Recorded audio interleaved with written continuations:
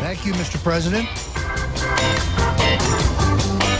We evoke our 37th president, Richard Nixon, largely because President Donald Trump is under the same kind of deep state siege that Nixon was under. See, their situations somewhat analogous. Nixon challenged the deep state. He challenged what Dwight Eisenhower called the military-industrial complex. He ended the war in Vietnam on a faster timetable than the Pentagon wanted.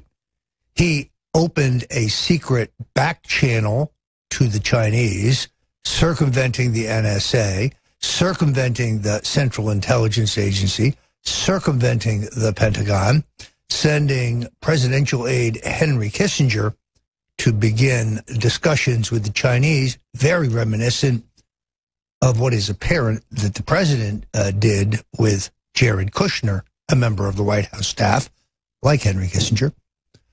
He reached a strategic arms limitation agreement with the Russians. Good God, the man was a peacemaker. And there's so much about Watergate that we didn't know then that we do know today. We know the Watergate burglar team was infiltrated by the Central Intelligence Agency. We know that the Pentagon had a spy ring going on in the White House where they were rifling through the National Security Office's desks, even went into Henry Kissinger's briefcase, purloining documents, copying them, sending them to Admiral Thomas Moore, the chairman of the Joint Chiefs, to find out what kind of peacemaking initiatives Nixon was up to. We even know that Judge John Sirica in the Watergate burglar case was meeting secretly with the Watergate prosecutors, Archibald Cox, and then later Leon Jaworski. This documented about a year ago in a stunning book by Jeff Shepard, the real story of Watergate. So you have an analogous situation here where President Donald Trump's a great sin is being for peace, is not being for war with the Russians over Syria. And therefore, what you have seen, absent any evidence whatsoever of Russian collusion with the Trump campaign, is a concerted series of leaks, and now, reportedly, a doubling down by the deep state apparatus, going into overdrive to try to come up with some evidence of Russian collusion. They're hanging Jared Kushner on the basis of no evidence, no crime, no cover-up, no collusion. The allegation is that he opened a back channel to the Russians post-election. Wait a minute. This was about collusion with the Russians to win the election. In fact, what we now know is that if there was some communication between Mr. Kushner and the Russians, it would be no different than the back channel that Barack Obama opened to the Iranians, or, as I said earlier, the back channel that President Richard Nixon opened to the Chinese in preparation for his historic trip there and the normalization of relations with a nation of billions of people. So when did the focus suddenly go from before the election to after the election? No, Jared Kushner's being unfairly lynched by a mainstream media mob whipped up by the Democrats on the basis of no evidence of wrongdoing whatsoever. This is really extraordinary. Here is how President Trump, however, can avoid the fate of his predecessor, Richard Nixon. See, Nixon, other than the firing of Archibald Cox, really mishandled Watergate from beginning to end, staying endlessly on defense.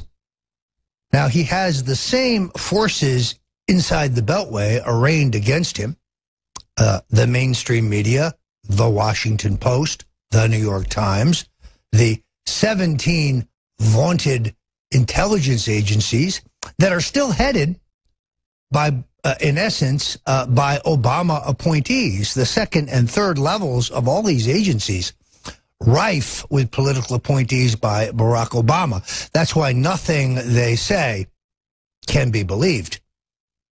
If you've been watching me here on InfoWars or listening to my syndicated radio show, The Stone Cold Truth, or following my website, you're already hip to the fact that when the intelligence agencies say it's our assessment, well, that means they don't know jack shit. That means they have no idea what's going on. Or even worse, they want to project what it is that they would like you to believe. And so when Mr. Comey, the FBI director, was asked specifically whether he was aware of the fact that, whether he thought Julian Assange was being manipulated by the Russians, he said, our assessment is that they used some kind of cutout to do that.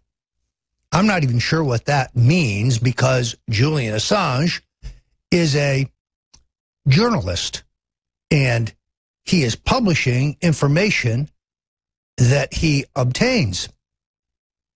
Now, the idea that that is somehow criminal, I would remind you of the Pentagon Papers case, in which the former Kissinger staff member, Daniel Ellsberg, stole documents pertaining to the origins of the Vietnam War and gave them to the New York Times. And the New York Times printed them.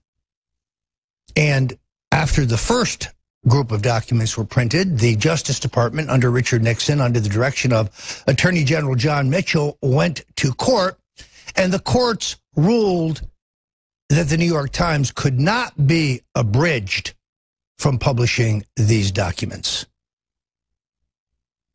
So the whole notion that we are going to begin jailing journalists because they publish information embarrassing to the government is a slippery slope, is an affront to a free press, is an affront to the First Amendment.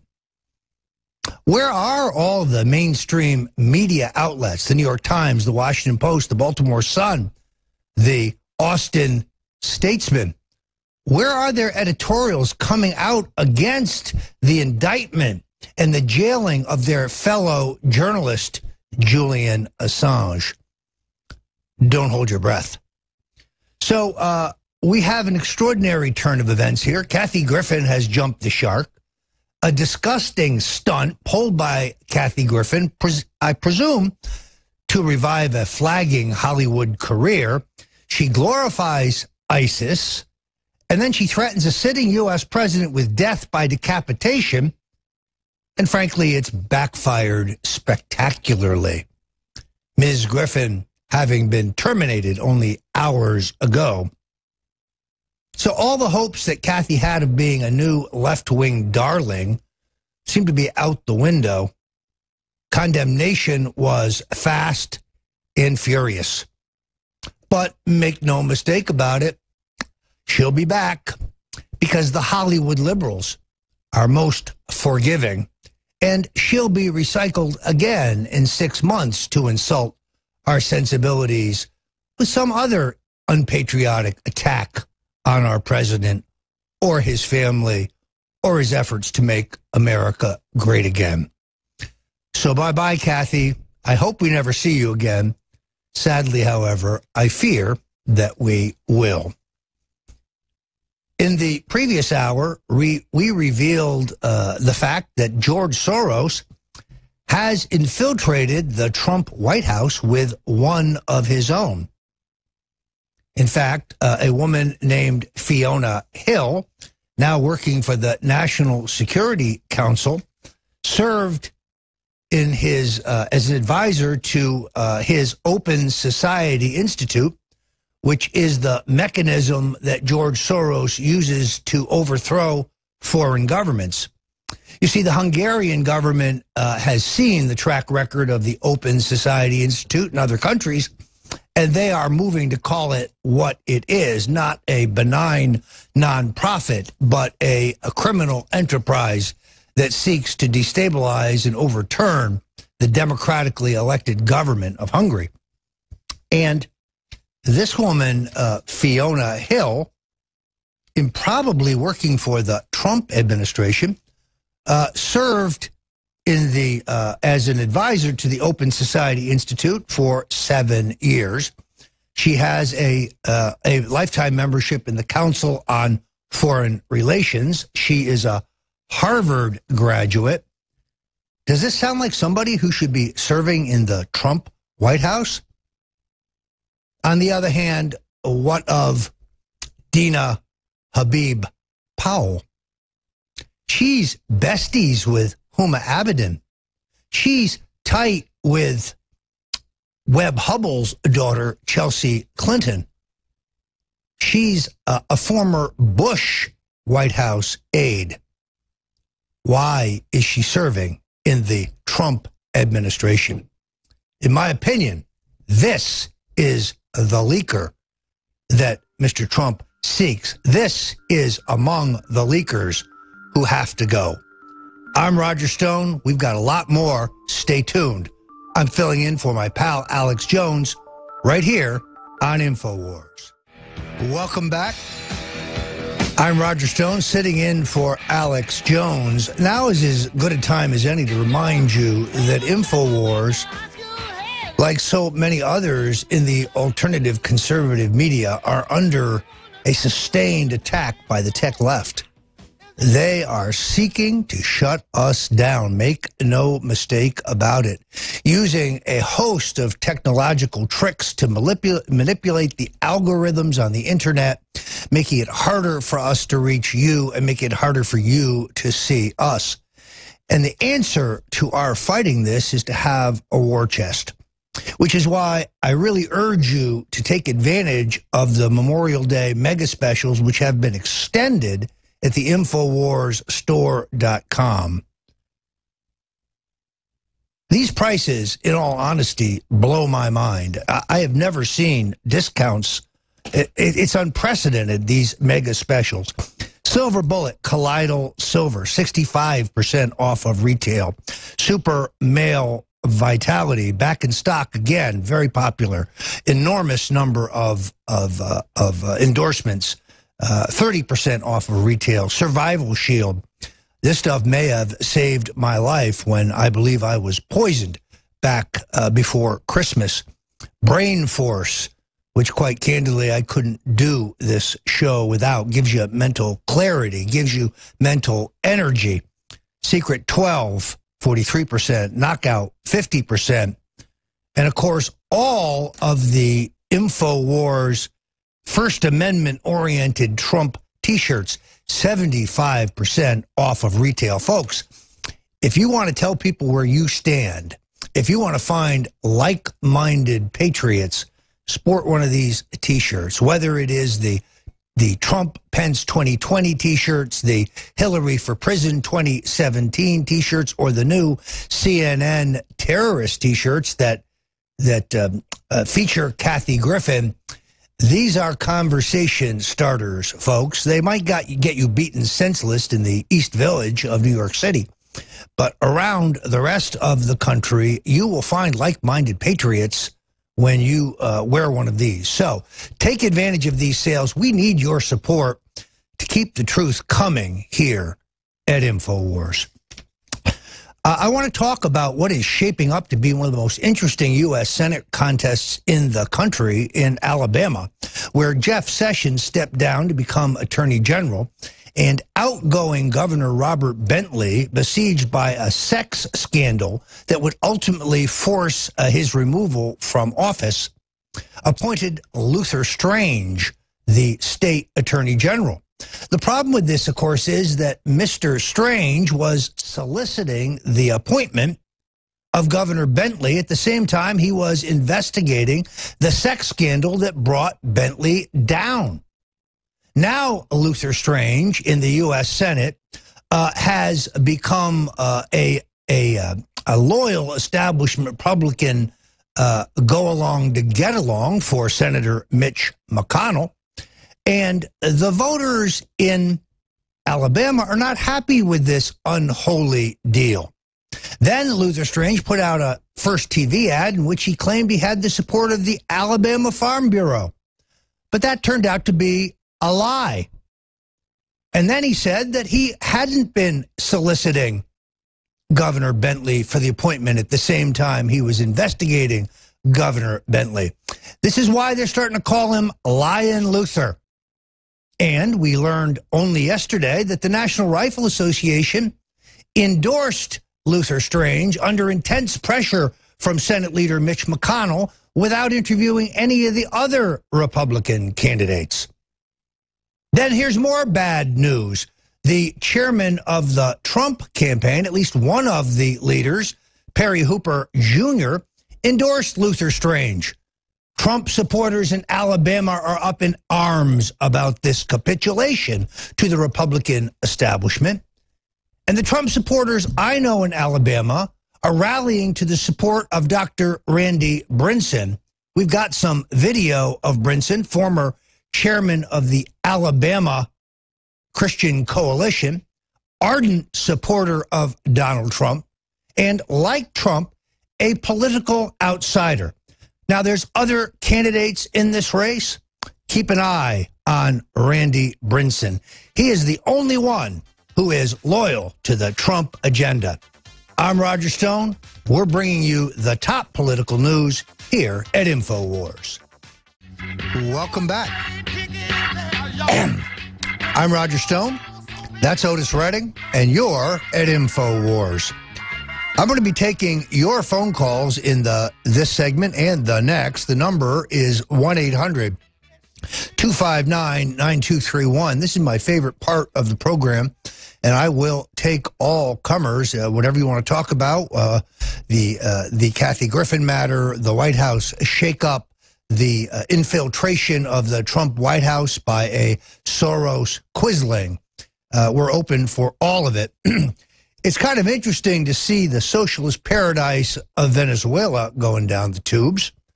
Starvation, violence, death, now common day occurrences on the streets of Caracas.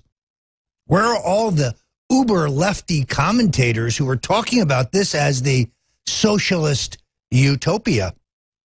Noam Chomsky, very articulate. Where are you, Noam? I don't hear anything. Sean Penn, you thought Cesar Chavez, you thought Hugo Chavez was just peachy keen, and you kind of liked Maduro, his thug follower. So how about it, Sean? Is there any shout out for those murdered who were killed at the hands of military tribunals? Crickets. Where's Oliver Stone? You know, he's a friend of mine. He reached out to me after reading my book, The Man Who Killed Kennedy, the Case Against LBJ. But even Oliver thought Chavez was a hero of the people. No discussion of how the success of Venezuela has crashed and how it will get substantially worse when the price of oil drops below $75 a barrel. What's clear, yet again, is that socialism never works. It never has, and it never will. In fact, socialism is just communism in sheep's clothing. All right, let's go to the phone lines here. We have Dan from Indiana. Dan, you're on InfoWars. What's on your mind? It's like Dan, are you with us? There he is. Yeah, hi, this is Dan. I got to see you in Cleveland at the rally, and I didn't want to disturb you as you were walking through the tables, but I did get videotape of you. Great. And it's an honor to talk to you. Thank you, Dan. And my topic is, where did Jared Kushner come from? This guy is handling foreign affairs. He doesn't have any experience at all, and Trump is letting him go to the Middle East, doing peace treaties with the Arabs, and then he cannot even handle his own affairs with real estate in Park Avenue 666 Is he some kind of super genius where he can just read a book about the Middle East and then he gathers all this knowledge out of thin air? Who is this guy? Where did he come from? What's he about? Well, let me try to answer your question, Dan. First of all, Jared Kushner is, of course, the president's son-in-law, and he is married to Ivanka Trump, who has been a friend of mine for many, many years. Now, I have been a critic of Mr. Kushner on my own right, and the fact that I think he has been responsible for bringing into the White House some of those like Gary Cohn, the president's chief economic advisor, or Dina Habib Powell, who I spoke of in the first section, best friends with Huma Abedin, a former Bush White House aide. At the same time, I think it is manifestly unfair for Mr. Kushner to be hung in the Russian hysteria because he may have opened a back channel of communications with the Russians after the election and in his role as a White House aide. One can presume that the president instructed him to do that, which the president has the authority to do. So let's not convict Jared Kushner unfairly. At the same time, the sooner he's back to the family real estate enterprise and out of the Bush White House, I think the greater the chances are that the president will not be distracted from the agenda that elected him. You see, the answer to Donald Trump's survival is twofold. One, keep faith with the voters as you did in your pledge to deregulate, in your pledge to cut the regulations that are destroying business in this country, which can put as much as $2 trillion back into the budget. Keep faith with the American voters as you have done, despite the advice of White House advisors to withdraw America from the Paris Climate Accords, which will really not address the issue of emissions, but will strangle the American economy. So the president doesn't need an outside war room or a PR offensive. He needs to stick to the agenda that got him elected, and he needs to order his Justice Department to proceed against those who are leaking this fake Russian canard. Mr. Hayden, Mr. Clapper, Mr. Brennan, Ms. Rice. It's time for them to tell the grand jury exactly what they were doing. You see, the laws have been broken here. That is correct. But they haven't been broken by President Trump or members of the White House staff. They've been broken by those in the deep state and the intelligence agencies who seek to undermine our president. And the president must use the judicial process to enforce the law and turn the tables on the leakers, on the tormentors.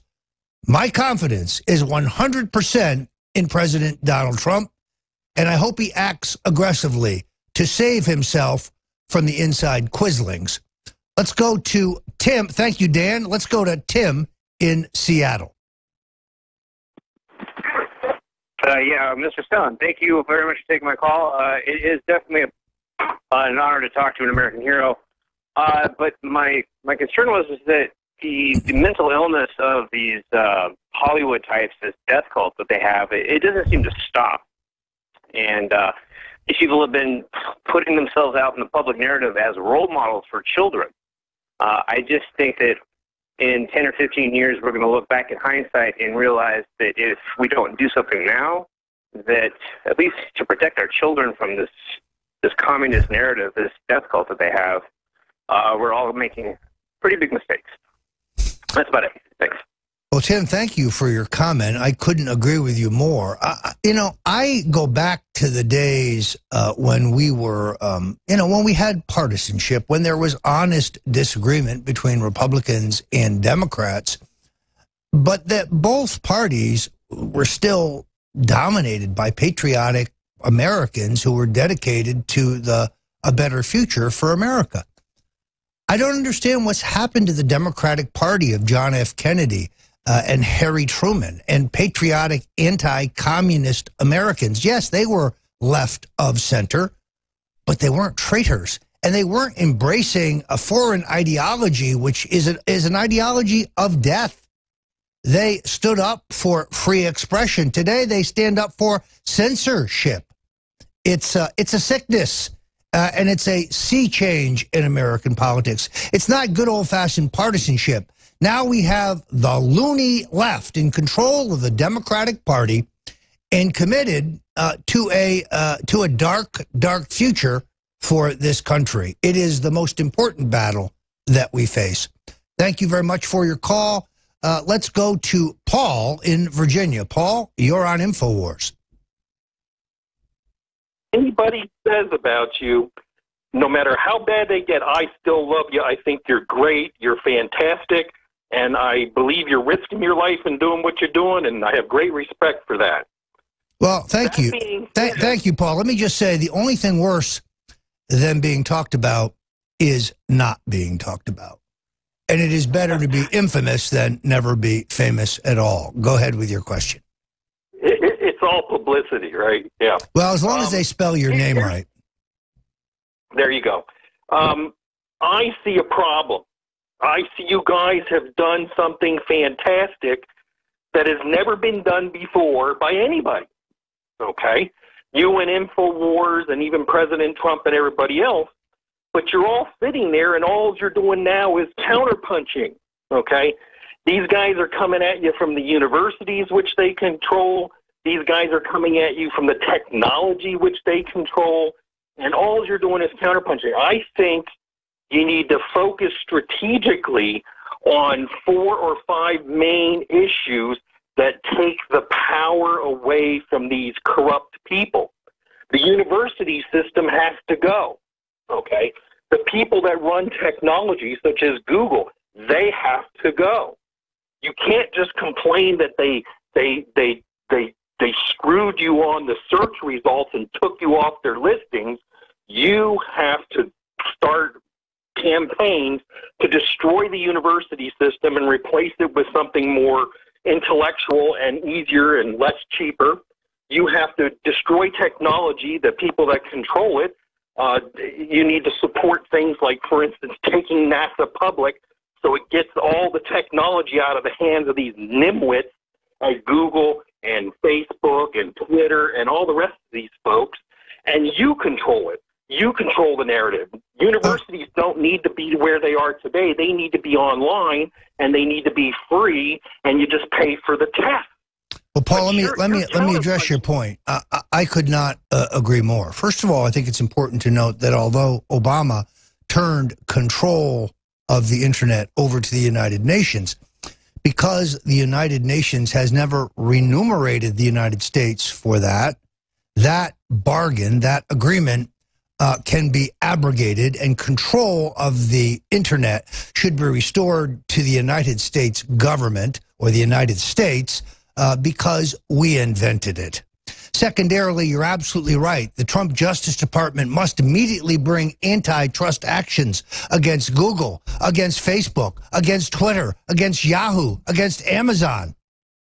They shouldn't be allowed to censor the American people. They shouldn't be allowed to censor the alternative media. We need a robust, vibrant alternative media to preserve the gains of the last year and to make America great again. So I thank you for your call, and I fundamentally agree with you. It's time for the president and his administration to get on offense. Let's go, if we can, to Courtney, who says she's in FEMA Region 6. I'm not sure where that is, but maybe she'll tell us. Courtney, welcome to InfoWars. What's your question? Hi. Actually, I had an idea for one of the shirts for the Kathy Griffin whole fiasco. If she wants to embrace ISIS and the death cult that it is, y'all should design a shirt with her in a hijab because, hey, if she wants to embrace it, make her be a part of it. Yeah, of course, we both know that it doesn't work that way. These Hollywood elitists say it's pretty much do as I say, not as I do. They live in their gated communities. They have their bodyguards who are heavily armed, but they don't want you to have a Second Amendment right, and they don't want you to have any security in your home. This is the hypocrisy of the Hollywood left. Thanks for your call, Courtney. Let's go to Jesse here in Texas. Jesse, tell us what's on your mind. Hey, Roger, how are you today? Excellent. One, they let Kathy Griffin go. CNN let her go. Two, Comey's going to testify after he's been talking to Mueller. He's going to testify next week maybe.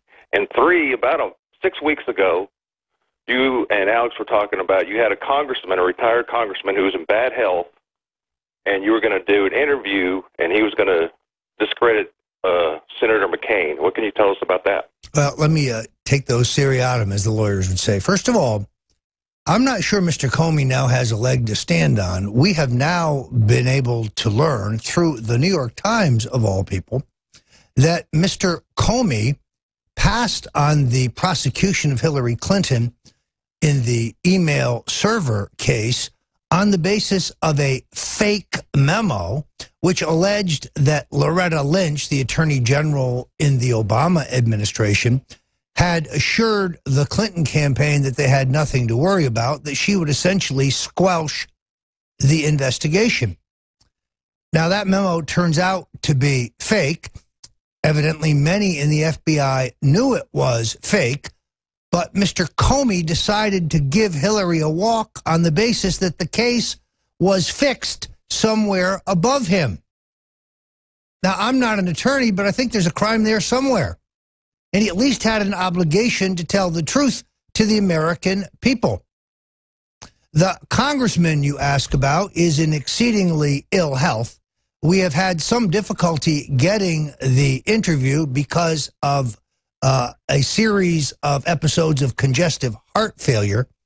But this is a congressman who served very closely with John McCain on the POW issue, and I think can give specific insights to John McCain's mental state. You see, I think John McCain has become mentally unbalanced. I think he is so driven by bitterness and anger over the fact that Donald Trump won a coveted seat that John McCain has wanted his entire life and ran for twice and failed to obtain. He is so blinded by bitterness and hatred that he deserves this president, and he dissembles about any contact between the Russians and Donald Trump or his associates or his campaign.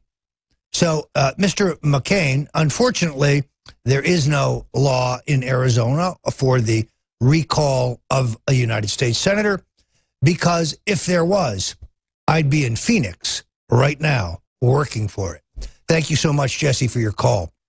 I want to take just a second to remind you yet again that we are in a fight for our lives here at InfoWars, that the tech left is seeking to shut us down. So take this opportunity to go to the InfoWarsStore.com.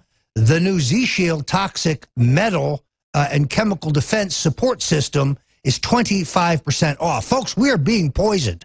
They are dumping tons of poison into our air, into our water, into our food. And this product, which I cannot recommend highly enough, was put together by a team of doctors and herbalists and chemists to help you cleanse your system. Go to the site now, Z-Shield. This stuff is first rate, and it supports the fight for freedom. Without you, we cannot survive for the next round. Welcome back. I'm Roger Stone. That's the immortal Johnny Horton. And a good opening for our final segment here, as I sit in for my friend Alex Jones. We had extraordinary news on May 24th when Circa News, in a piece by John Solomon and Sarah Carter, broke the news that Obama and his intelligence agencies conducted illegal surveillance and searches of thousands of Americans. How convenient that they waited until the closing days of the Obama administration, only days before Donald Trump would take office, to disclose this. And they were spanked by the super secret FISA court. Now, rather than just let this go by the wayside, another way that President Trump can get on the offensive is to instruct Attorney General Jeff Sessions to appoint a special counsel, a special prosecutor, to look into these violations, who ordered them and who knew about them.